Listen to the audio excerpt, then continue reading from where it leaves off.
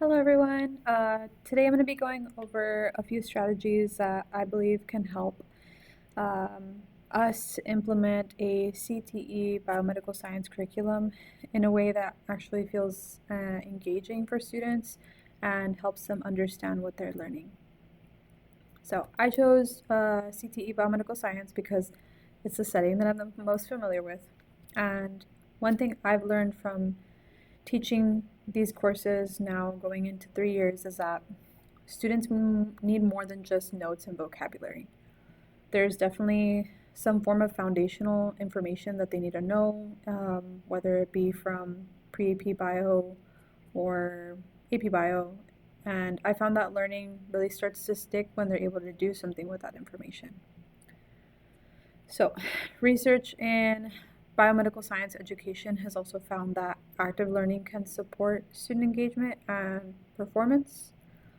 For me, that means being able to find a balance between teaching students the content that they need and giving them opportunities to actually use it.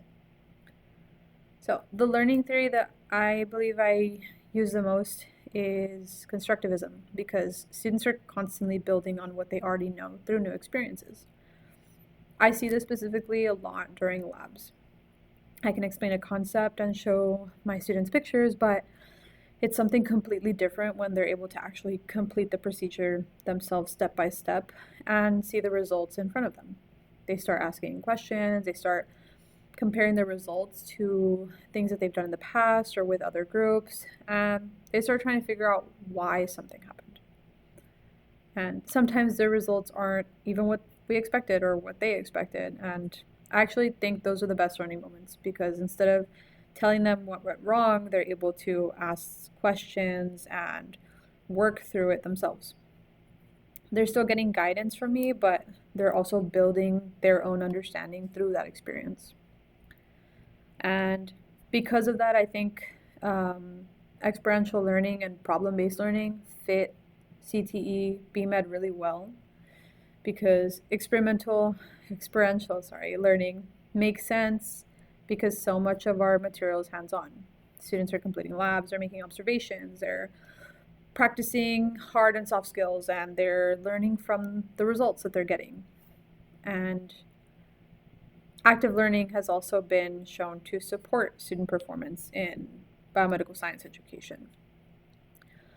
Problem-based learning is also another really natural fit because healthcare itself involves solving problems, right?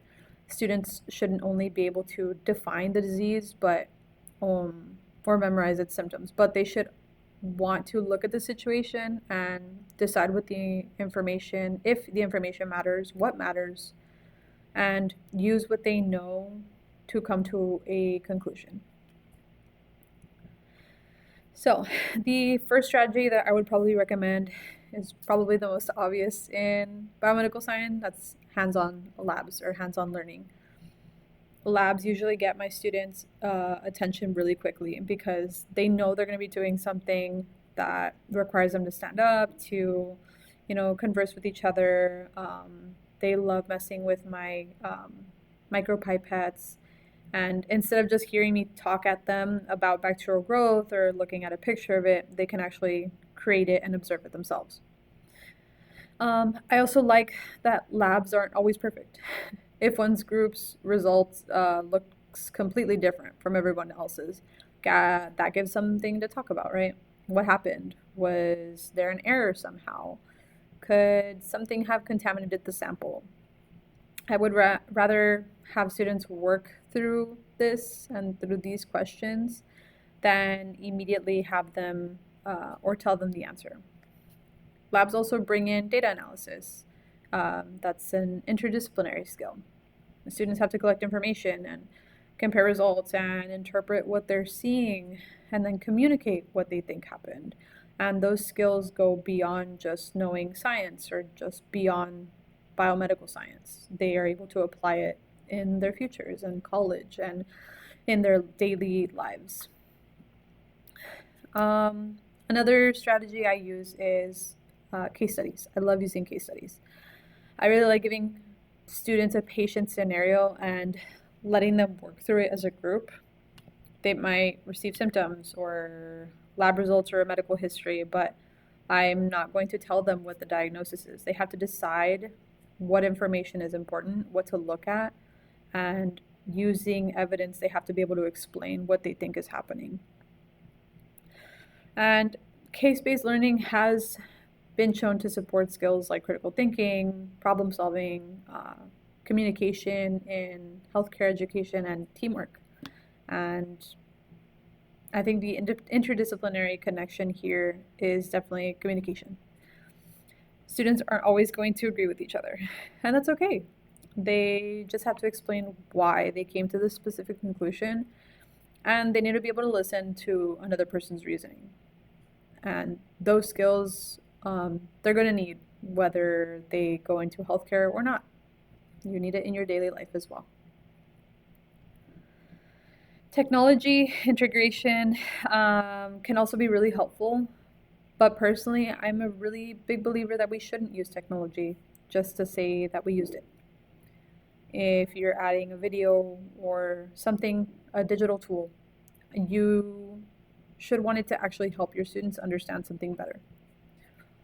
When it comes to in-person learning, I would use simulations, or if for some reason the lab isn't available, virtual labs, or sometimes virtual labs and hands-on labs or hands-on activities. An example I can think of, if students go through a simulation before completing a lab, then they already have an idea of what they're supposed to do. Personally, I use a lab online for the different staining techniques, the acid-fast, gram staining, negative staining, etc. I use virtual labs, and then once we actually get into practice, it's a lot faster because they already know what's coming next. For an online environment, I would probably use learning management platforms where students can access visuals and cases and discussions, because research has shown that different forms of multimedia can influence student motivation and how learners perceive the topic. Visuals are also a really big part of my classroom, even when technology isn't involved.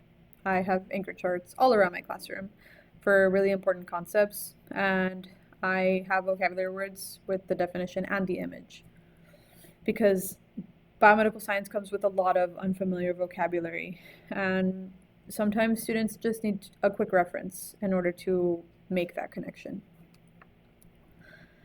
At the end of the day, I don't want my students to memorize a lot of information for an exam and then forget it a week or a month later. I want them to actually understand what they're learning and be able to use it. And that's why I think hands-on labs and case studies and problem solving and using technology with a purpose works really, really well with CTE biomedical science, because students are still being required to know the content and learn the content, but they're also getting opportunities to ask questions, to collaborate, and to make mistakes and figure it out. And for me, that's when some of the best learning happens. We're teaching the science, but at the same time, we're helping students build on that communication and those critical thinking and problem solving skills that they can take with them after this classroom and into their own careers and into their own lives. But yeah, thank you so much.